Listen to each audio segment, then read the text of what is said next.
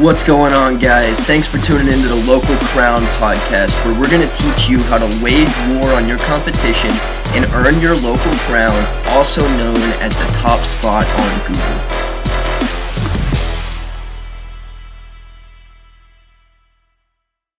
Awesome, man. So let's talk about your process of writing a book. Like, what does that look like? Great question, man. Dude, you're doing a great job. So yeah, it's been different for the other book. So the first book, Ask More, Get More, was a bit of a stream of consciousness. I just started writing stories down when the working title was What Makes You So Different, like I'd mentioned earlier, from all my family members. And I would just write these stories down and think about some of the things that I did that was different. And one of the big things for me was I just thought, differently than most. And I'm not even sure where I got that from. I think actually, if I had to really dive into it, it came from truly actually my mom and dad, and then coaches and teachers, so I started writing that book and it just turned into something. And at first it was junk. Like it wasn't good. But then I gave it to some people and I said, hey, can you read this for me? And just, give me your feedback and just edit it. So I printed it up, at like a Kinko's. I didn't put it up on Amazon because I just wanted to just print it up and give it to people and have them give me feedback. So that took some time. And then I got it to a point where I'm like, all right, well, let me get an editor. So I got an editor that, I ran it through their system, so to speak. And they were like, yeah, this is pretty good. And then I was like, all right, well, now I think I want to take it to the next level of getting an actual publisher. And Grant Cardone's first publisher is Greenleaf Publishing. So I said, well, if it's good enough for Grant, it's good enough for me. I reached out to them, and they're the only ones that I reached out to. And they came back with a 26-page yes. 26-page yes, meaning they said, we're going to do it, but let me tell you other things that's wrong with your book and how we're going to fix it. Literally 26 pages of explaining like what they were going to do. Ultimately, they said I needed to rewrite the book. So in that scenario, you get the book deal. You kind of rework the book, rewrite the book. I had an editor that they assigned me to, and I worked with that editor almost on a daily basis. But at the same time, I'm running a business. I was talking to an entrepreneur earlier today and coaching him on his book writing process. And he was worried about the fact that he's running a business and he doesn't have time to write the book. There's plenty of time to write the book. You don't have to sit down and spend, 10 hours a day to write it. You can just block out time. Or if an idea just comes to you, you can just record it, like on your notes, on your recording notes on your phone, or you could actually write in your notes on your phone. Or if you happen to be at a computer, you can just start writing, and then you just kind of keep track of that stuff. And then it's at some point you put it all together into one document, and then you just kind of work it. Like I'm an author now, but I wasn't an author then, and I didn't know anything about the process. I just knew that I had a story that I wanted to tell, that I felt as though that could help people, that could actually truly add value, and it would certainly boost my profile too. So that's how it starts. You just start, and a lot of people have that. Like, what do I do? How do I start? You just start. You don't worry about sentence structure. You don't worry about grammar. You don't worry about spelling errors. You don't worry about any of that stuff. You don't worry about the fact that, you're telling a story about a family member that really puts them in an unsavory light. You just write. And then you get to the point where it's truly in a book format, and you look at it and say, all right, cool. Like, now we can publish it. Now we can put it out to the public and feel good about it. So that's kind of how I wrote my first two books. My last book, Blueprint to Business, actually was done. The audio was done first. And really what it was my podcast. A lot of times I'll just go straight to Mike about an idea. And so, I had a bunch of these different podcasts built up that was just me, no guest, just talking about particular subjects. And I was like, wow, there's a theme here, and I said to one of the people that work for me, I said, let's get all that stuff transcribed and let's put it in a quote book format and let's just see what it looks like. And, it was a lot of words, and it was, to me, it looked very, fairly organized, but it was raw, man. Like, it needed a lot of work, and so, but I started there. So I started recording it first, and then I submitted it to my publisher because I had a 2-book deal with them. They said, yeah, we like it. And then what they did was, again, they assigned me an editor, and we just kind of went through the process. So if you're going to write a book, depending on, kind of how you do it, especially if you write it yourself, it's going to take, several months and sometimes, several years. Everyone's process is a little bit different, but I would say to people who are thinking about writing a book, if you're looking for the fastest way, to write a book. It would be to record it.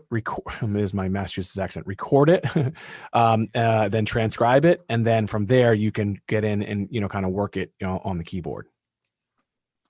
Awesome, man. That'll save people a whole massive amount of time. And I know that some of the sections in my book I actually talked, recorded, and transcribed as well. So I can vouch for that method myself. There you go. Yeah. Awesome, man. So I know you're working on another book now. It's called Bestseller Secrets, correct? It is. Yeah. Yeah. So I wrote that. Secrets. Yeah. So I wrote that one. It's interesting, man. Kind of like what happened is so, when I wrote my first book, Ask More, Get More, built up a pretty large marketing company. We've done some amazing things and just crushed it in a bunch of different areas. And I said, I'm going to take my traditional marketing know-how and we're going to add some, gasoline on it and fuel to the fire. We're just going to crush it. We're going to be a #1 New York Times bestseller. Like, it wasn't even a question. Like, it was just going to happen. Right. And I was crushed and hurt when my book came out, because it did not hit the New York Times. It did not do that. We did some good things with it, but we didn't get to the levels that we needed to. And as an entrepreneur, a lot of times, obviously, if we have temporary defeats or what some people call failures, we go back at it again and say, all right, how, what can I do differently? And I did that over and over and over again. And I learned the hard way a lot of times. And I spent literally millions of dollars, not just on my first book, but all of my books, trying to figure out the process of not only marketing books, because marketing a book and selling a book and those two together are different than any other product or service that I've ever seen. And so what I figured out is there is a system, just like everything else in this world. There is a methodology that, if it's implemented properly, for any book in any genre and in any type of platform, whether you're self-published, whether you're with what they call a vanity publisher or a hybrid publisher, or whether you're with a traditional publisher, there are just certain things that need to be implemented properly in order to achieve, quote, success, which means for me, truly becoming a bona fide, legitimate bestseller. Now, if that means for you want to be a #1 bestseller on Amazon in one category, cool. Like, if that's success for you, that's great. We can do that for you.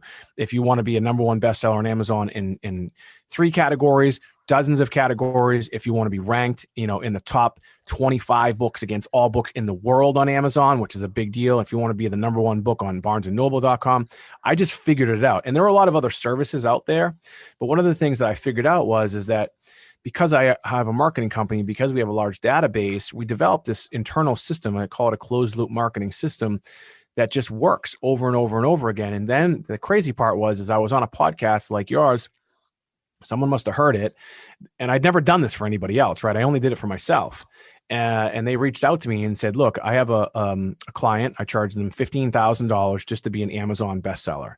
Now, that's not a crazy price, but I think it's a little high. And he wants to be a Wall Street Journal, USA Today bestseller. He's a businessman. He has got a talk show or radio talk show on AM. He wants to syndicate it. He wants to be a speaker and increase his speaking fees. Can you do it?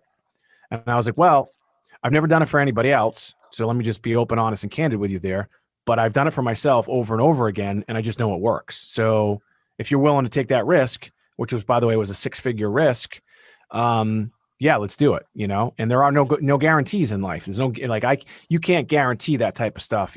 As far as Wall Street, USA Today, New York Times, you can get the numbers, but guaranteeing it is, if anybody guarantees it, you just run as fast as you can, because those lists are curated, meaning there are people behind it. So my book, Bestseller Secrets, which, by the way, I had publishers and authors ask me not to publish, is literally everything I've done. And some of this stuff is you hear these terms on Clubhouse of black hat or Trojan horse marketing or growth hacking and things like that.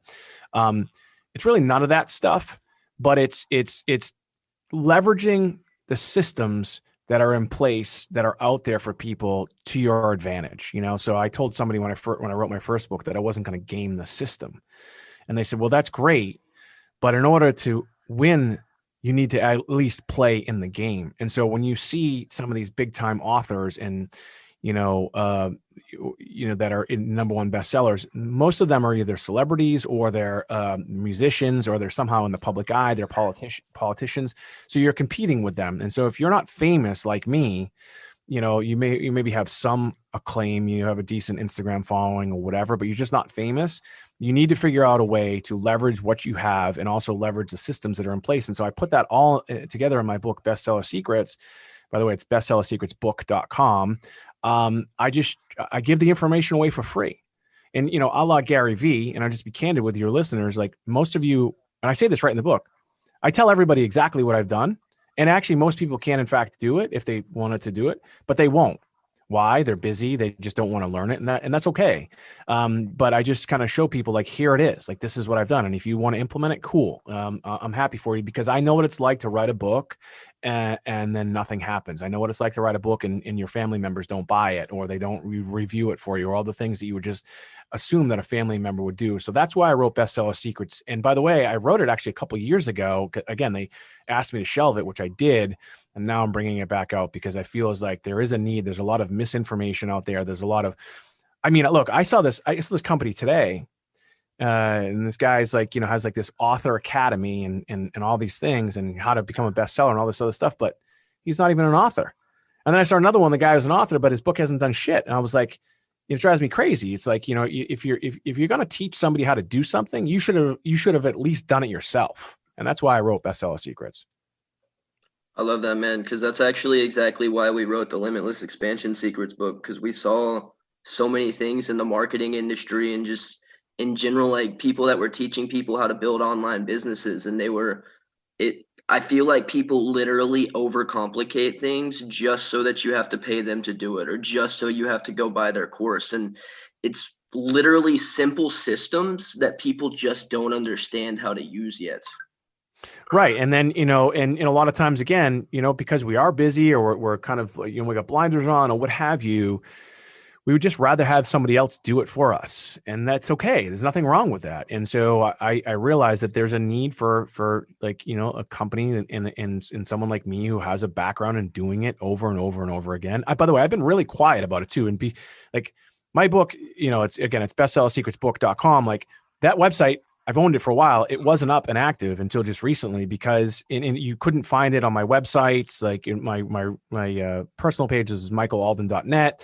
You couldn't find it on my company websites. It wasn't a part of my business, but this is actually turning into a business now. And it comes down to that thing too, right? If you're passionate about it, like I'm super passionate about it. I'm passionate about my primary business, which is selling health and wellness products to help people as well.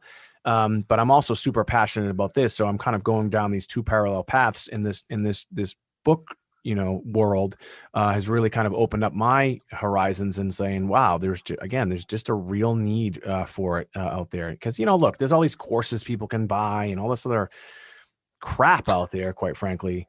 But I give you the information. Here it is. Here's the playbook. Do it yourself. Or if not, you can just hire us to do it for you. And I'm not going to charge you crazy money like some of these companies are that are out there doing it. It's just, it can be done in a cost-effective way.